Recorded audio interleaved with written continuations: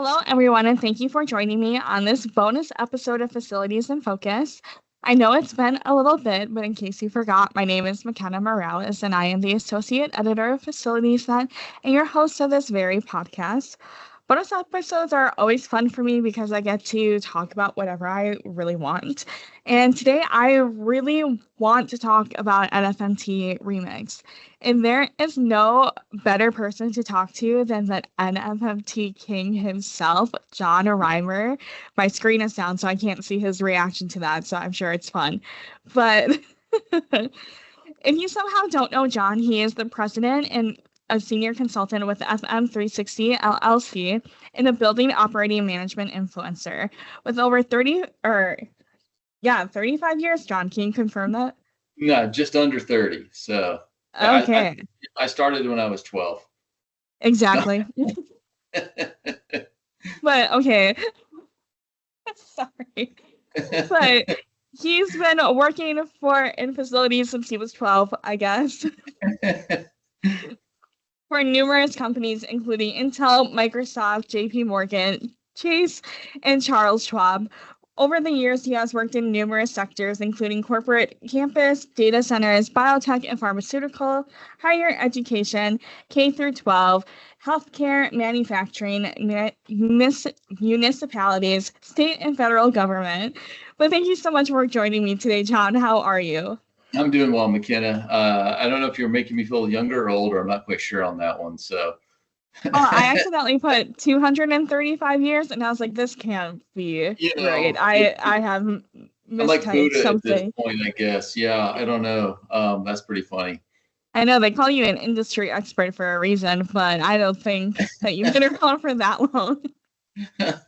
Yeah, well, facilities is a great industry to be in, but I don't know that somebody could survive 235 years in it. That would be tough. So. Really hard on the body.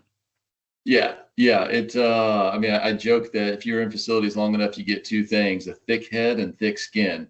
Yeah. You'd be really thick by that point. John, can you tell me a little bit about how you first got into facilities?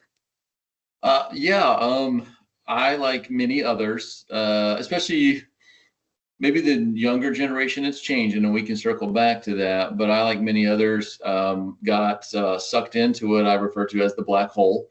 So facilities is one of those that, again, for somebody that's been doing it over 200 years like I have,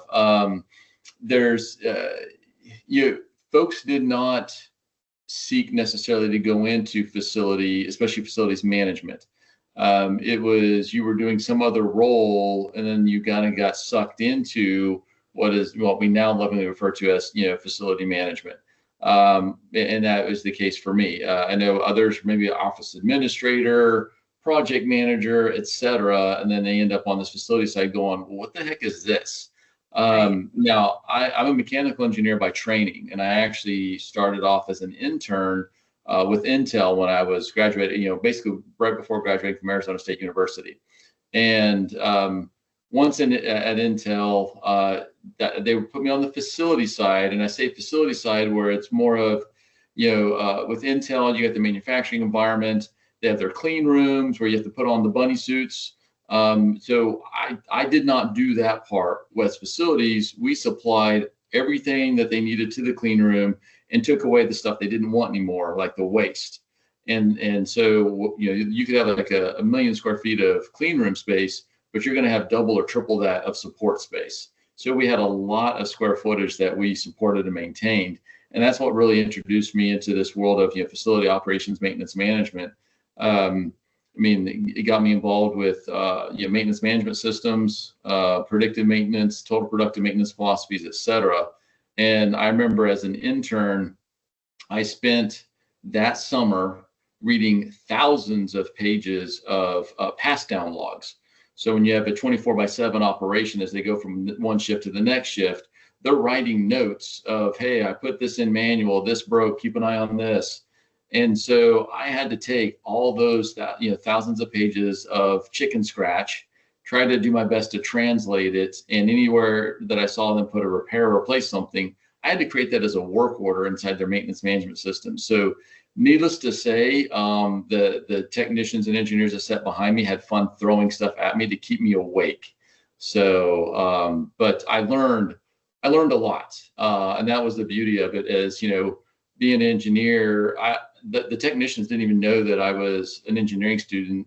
They just thought I was one of them because I would come out and ask them questions and help me to translate their chicken scratch. And again, it's so much knowledge, so much information and experience. It's like I was thankful to be able to pony up next to them and glean as much as I could. Right. So did you go straight into facilities then, or did you have some time as an engineer? Good question. So with how Intel did it at the time is, you got introduced to all sorts of different departments, beyond facilities, of course. I mean, on the manufacturing side, design side, et cetera.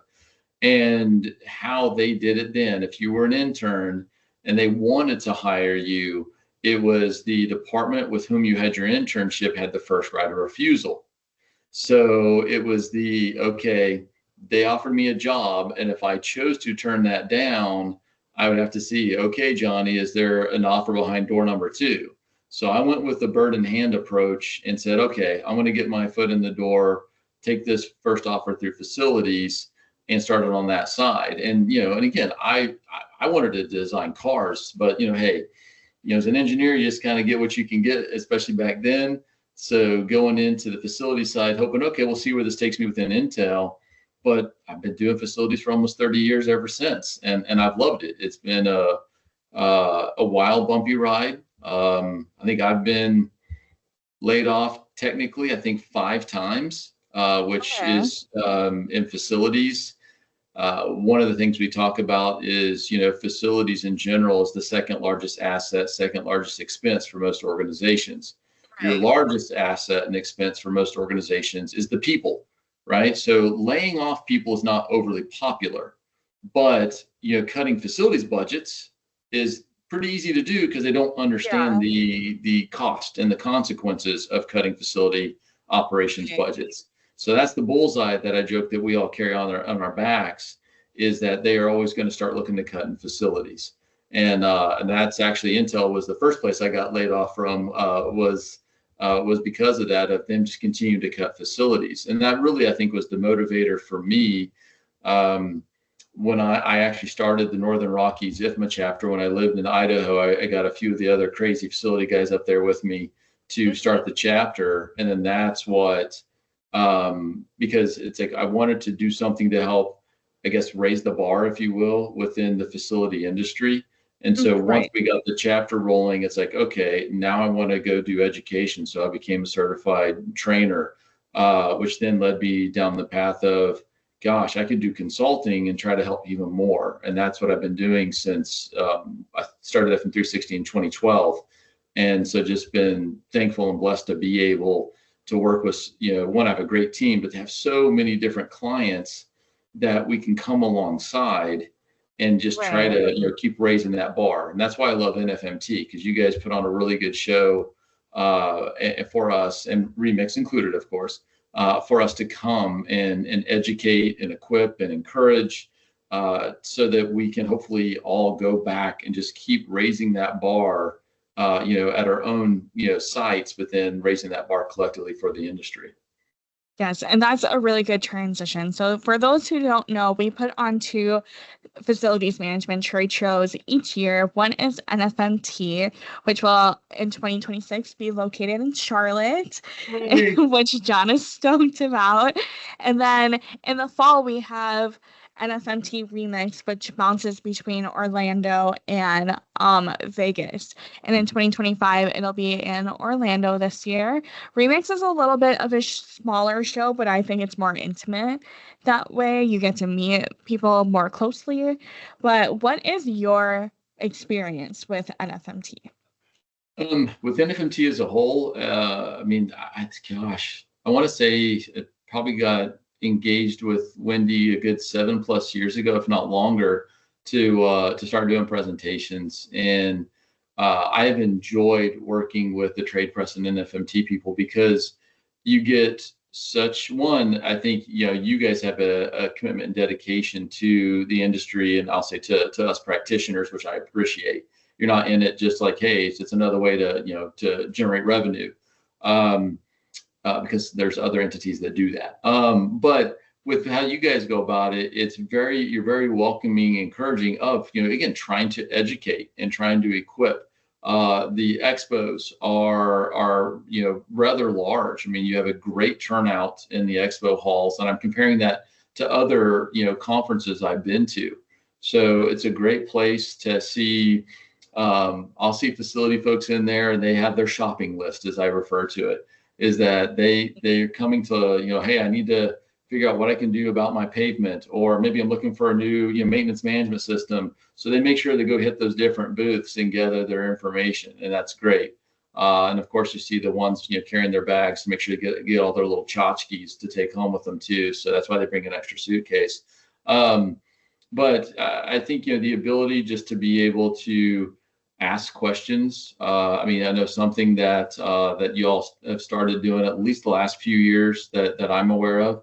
And maybe sooner, but is even just having a session where you can have a time with the different industry experts. At Remix last year in Vegas, we had a table set up, and like in the room, like the discussion rooms, where we talked about emergency preparedness, emergency response management. So we could just talk about talk shop, trade ideas, things like that. So again, it's those opportunities to network.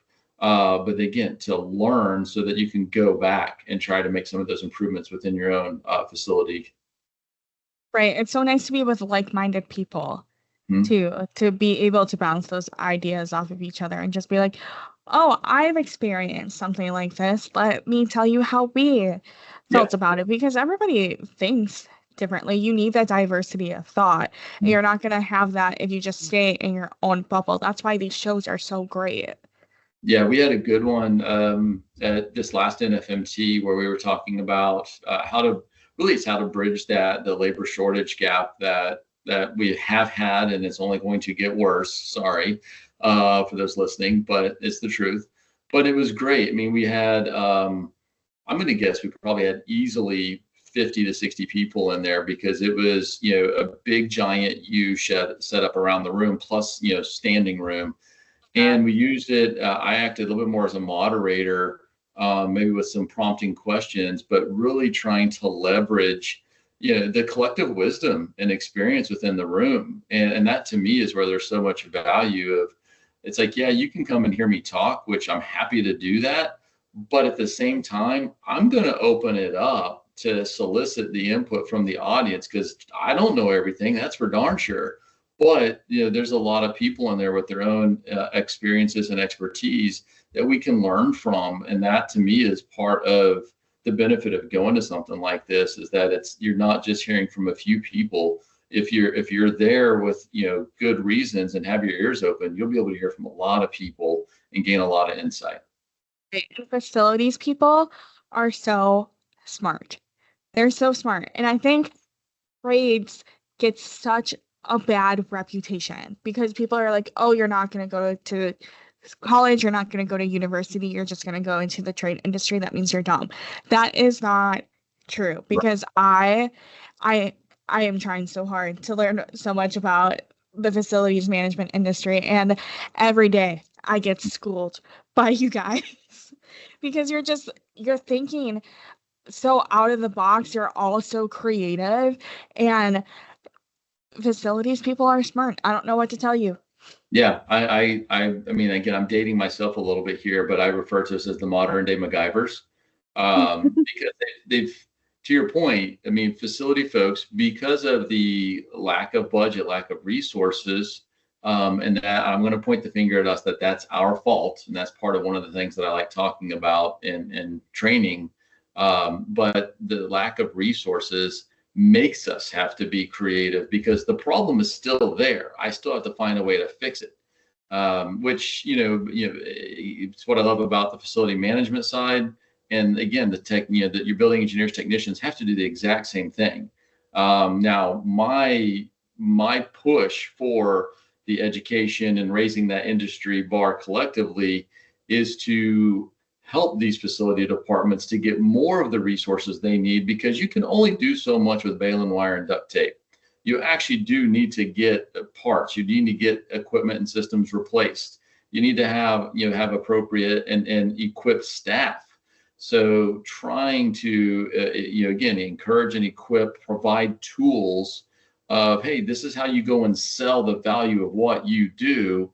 So that way, when you go back, it's not just you saying, hey, can I have some more, please? It's like, no, let me tell you why we need more. And this is how it's going to return value to the bottom line. And that's just such an important concept for, again, not just facility managers and directors to get, but even the technicians themselves, because everybody has a hand in returning value. And again, even more importantly, marketing and selling that value to the stakeholders in which they interact. Right. Can you give me an example of how you have walked away from a conference with an idea or a connection that changed how you do things? That's a good one.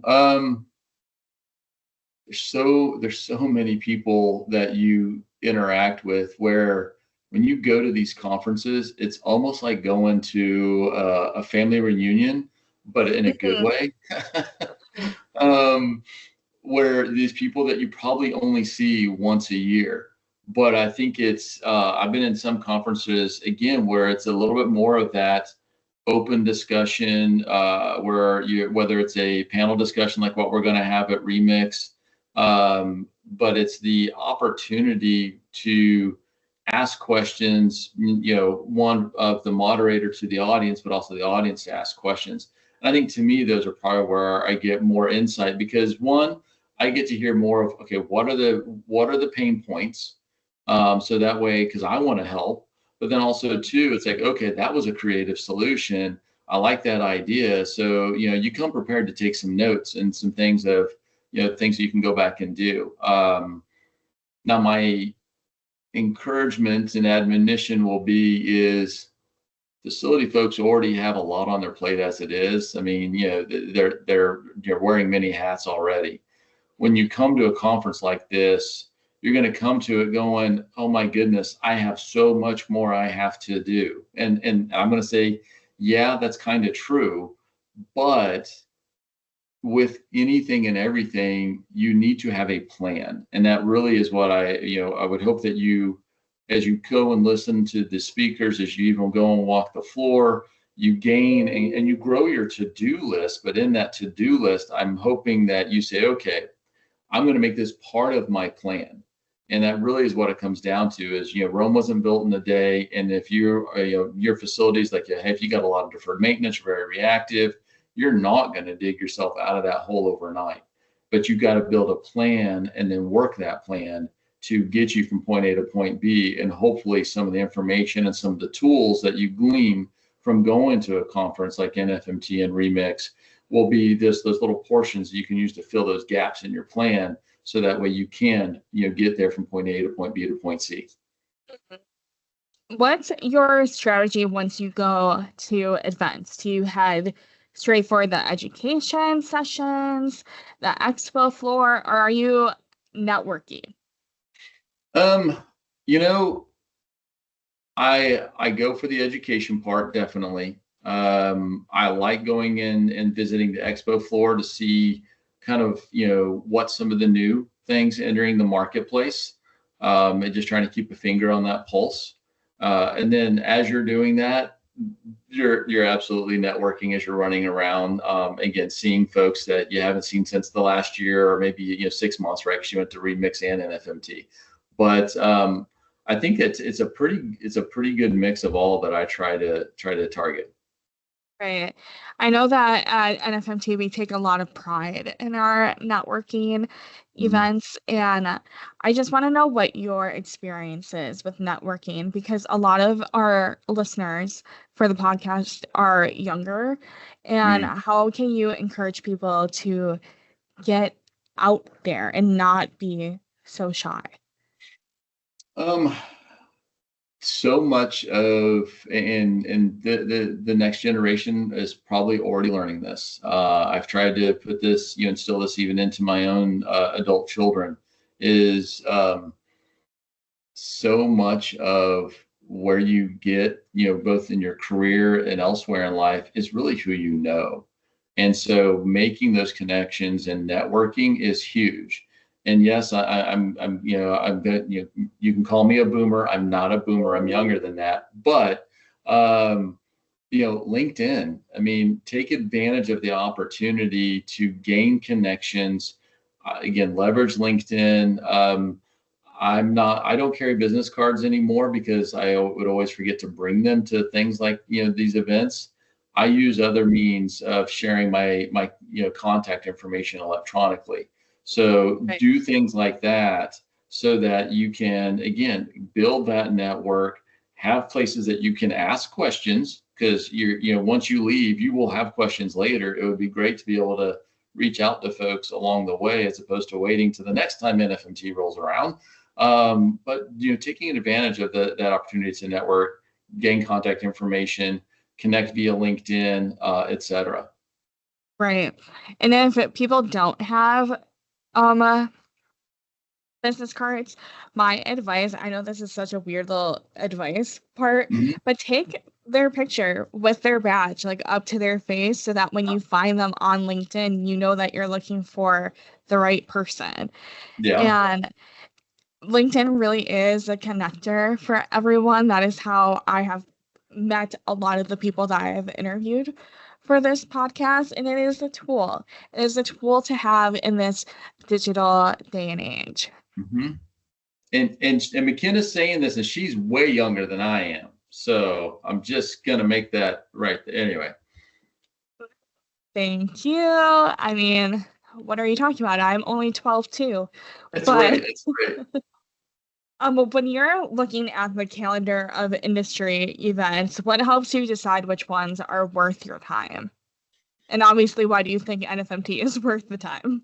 Yeah, really, I love working with the folks there at NFMT. I mean, because I feel like there's very genuine folks that care about the industry. I think that makes a difference. There are, of course, different conferences that you can go to that are more targeted, let's say, specifically to your industry, right? So if I'm in healthcare, hey, I might go after ASHI, or if I'm in higher ed, I might go after APA, which, again, those are great in themselves. Lots of great networking opportunities.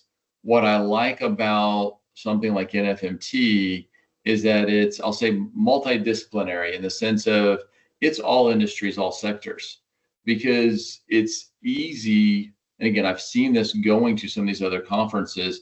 It's easy to get tunnel vision where you're just focused on, hey, I work in healthcare, so I'm going to keep working with ASHI. But it's like, if manufacturing's already solved that problem over here, you could actually take what they've learned, use the same tools, and just utilize it in healthcare.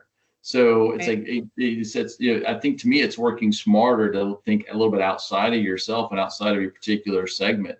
That's one of the things I love about facilities. Folks ask, hey, what sectors do you work in? I say yes, because if it's got buildings and it's got people, you have the same problems. You can apply a lot of the same tools and same approaches and processes, regardless of your industry. You just have to adjust, for the nuances of that sector. So, I mean, that's part of the beauty of I think, being in the industry that we are.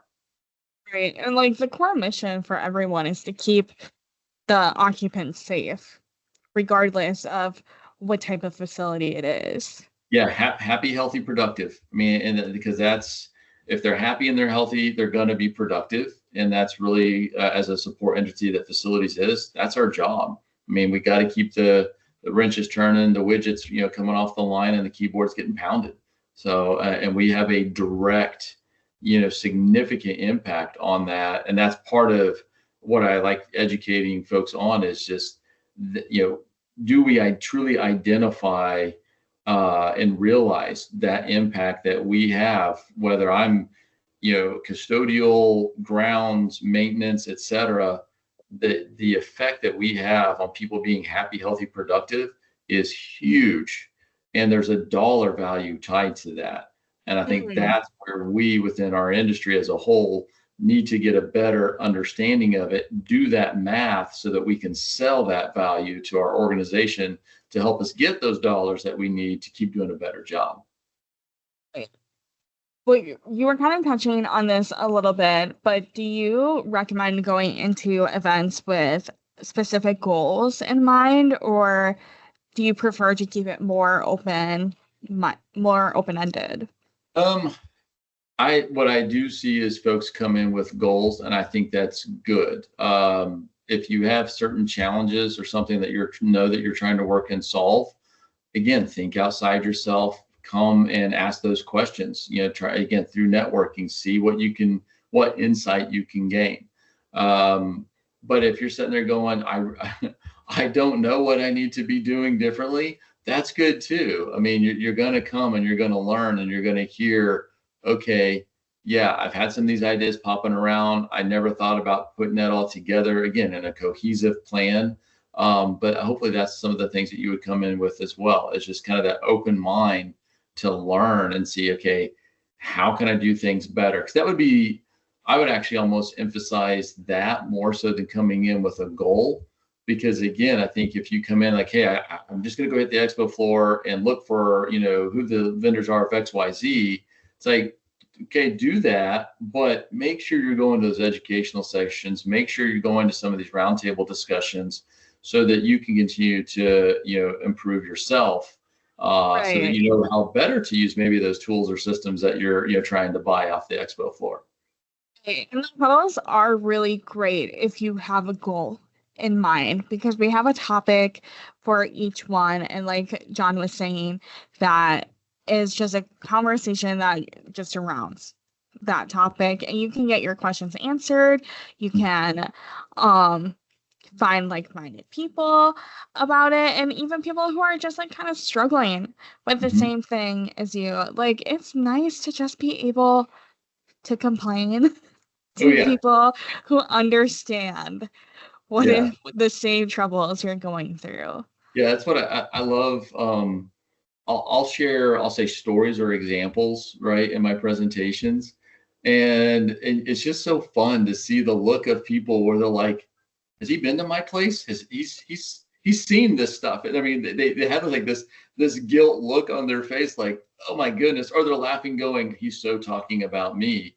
And it's like, it's true, because again, I don't care what industry or sector you're in, you all are wrestling with very similar problems.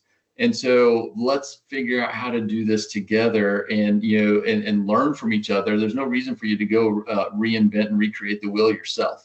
So there's people that have already done some of this. So come and learn from that. Right.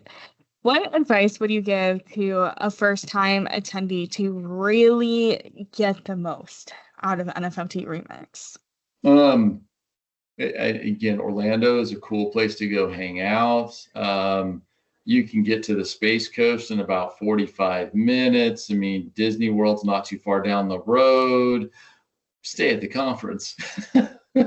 So what is happening here? Be at the conference. Exactly, right? So I mean, and you run into the same thing when you do it in Vegas. It's like, there's other things that people might get drawn to. I'm a nice guy that if I'm teaching or do a presentation in like one of the very first early morning slots, I try to keep the lights down a little low, and I try not to talk as loudly, because especially in Vegas, I just don't know what kind of night they had the night before. But I'm still going to say, come to the conferences, come to the sessions, take advantage of that, make a long weekend of it, stay a little bit longer to go do some of the other cool things around there. But I think that's it, of making sure you're setting aside that time to attend, plan out your calendar. Because I mean, both through the app, once that gets released, you're able to go in and review the sessions. You want to look for the ones that have RIMER associated with it. So, but you want to look for, you want to go to the app and you can flag the sessions and add them to your calendar. So I encourage you to do that, and then it helps keep you on track. So yeah, just do a little bit of pre-homework maybe. Right. And I really want to stress that these types of events make you feel rejuvenated. They fill your cup. They make you feel passionate. about Mhm. your job because you're just with people that are like you. Oh, yeah. And we say all that. I know that it's kind of corny or cringe to say now that representation matters, but when you're with people that are doing the same thing that you do every day, it makes you feel seen. And these are people that can see you at this conference and just validate the feelings that you have. Yeah, and you're not alone in the battle. And it's a battle, and you know what? Um, I think that's part of the fun of facilities. I mean, yes, it's part of the burden as well.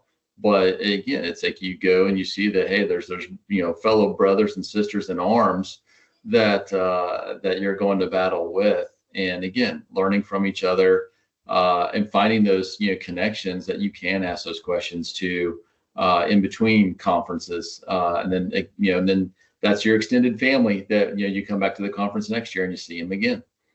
Right. And then I know I don't have you for much longer, John, but in your opinion, why should facility managers make room in their schedules and budgets to attend this show? They'd be stupid not to. Is that Perfect answer. okay? No, it's kind of like how I frame up of you look at something like preventive maintenance, right? You sit there and go, okay, I can't afford to do the scheduled preventive maintenance on this equipment. But when you start taking a step back and you go, okay, if I don't do the simplest form of HVAC maintenance, changing filters, if I don't do that, filters are going to get plugged, coils are going to get caked. I'm not going to get the airflow. I'm not going to get the heat transfer, and I'm going to end up burning my equipment into the ground, causing it to short cycle, et cetera. So because I don't have the money saying I don't have that, right? I don't have the bandwidth to go and do those PMs, changing the filters.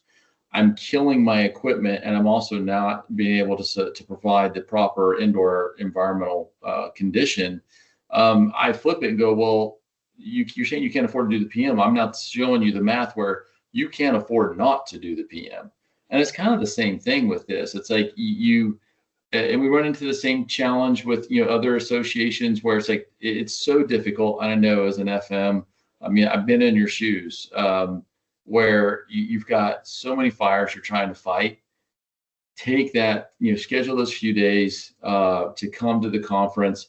From a budget standpoint, I mean, you pretty much just need to get yourself there. I mean, that's it. So if you can do that, it's easy after that. And I think you'll be able to bring back value to your organization and show, look, this was a wise investment of time and money. So I strongly encourage you to budget for it, both from a time and money standpoint, because frankly, you can't afford not to. Right. Well, thank you so much, John. I think those are really great answers. I'm really excited to seeing you at Remix. And everyone, you can find more information about NFMT Remix at the link in our show notes, but you can also find it at nfmt.com/remix. John and I will actually be on a panel together. I'll be moderating it, but John's a part of our influencer panel, and a friend of the pod, Maureen Roskowski, will also be on it. And so make sure to come and see our session. I think it'll be really great. They're going to give really good advice on what to do with your facilities. But I really hope you can join us. And thank you so much for joining me today, John. Yeah. No, absolutely. And I joke, you're saying you're going to be a moderator of that panel discussion. You might be more of a wrangler, just trying to keep us under control. But I mean, same thing, right? Exactly. If anyone has attended a Women in FM panel at NFMT Baltimore, they know that I'm just running around the crowd, and so it'll be a show. That's for sure. Absolutely. We seek to entertain. No. Exactly. But thank you, John. I'll see you soon. All right. Sounds good. See you in Orlando.